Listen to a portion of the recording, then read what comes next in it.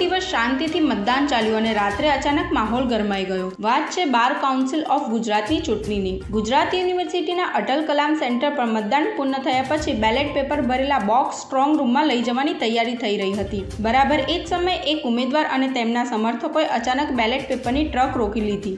ઉમેદવારનો સીધો આક્ષેપ હતો કે આ મતપત્રો ગેરકાયદેસર રીતે લઈ જવામાં આવી રહ્યા છે। જોતજોતામાં ત્યાં ભારે વિરોધ શરૂ થઈ ગયો અને મામલો એટલો વિચકાયો કે ખુદ પોલીસ કમિશનરને ઘટના સ્થળે દોડી આવવું પડ્યું। ચૂંટણી કમિશનરની હાજરીમાં પોલીસે દરમિયાનગીરી કરીને ઉશ્કેરાયેલા ટોળાને વિખેરીને મામલો શાંત પાડ્યો। અંતે તમામ બેલેટ પેપરને વ્યવસ્થિત સીલ કરીને કડક પોલીસ બંદોબસ્ત વચ્ચે ગુજરાત હાઈકોર્ટ ખાતે આવેલા સ્ટ્રોંગ રૂમમાં સુરક્ષિત ખસેડવામાં આવ્યા। હું નરેન્દ્ર માધુ એડવોકેટ બહુ દુઃખ સાથે મારે લાઈવ થઈને કહેવું પડે છે કે આજે અમદાવાદમાં જે અટલ કલામ હોલ ખાતે ચૂંટણી યોજાઈ એ ચૂંટણીમાં અધિકારીઓ તરફથી ઘોર બેદરકારી દાખવવામાં આવી છે। જે ગાડીમાં આ પેટીઓ ભરવામાં આવી મતદાનની એ પેટીઓ જે ગાડી છે એ યુનિવર્સિટીમાંથી નીકળી અને પાછી યુનિવર્સિટીમાં આવી અને ત્યાં એ રામ ભરોસે પેટીઓ અમારી ટીમે ઝડપી પાડી।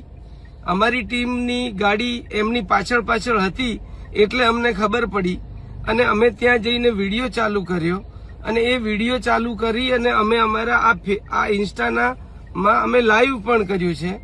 ખરેખર લોકશાહીમાં અને એમાંય જ્યારે એડવોકેટની ચૂંટણી હોય ત્યારે આ ખરેખર બહુ જ દુઃખદ બાબત છે। ઘરની વીજળી સ્વયં બનાવવા આજે સે સોલારનો સંપર્ક કરો।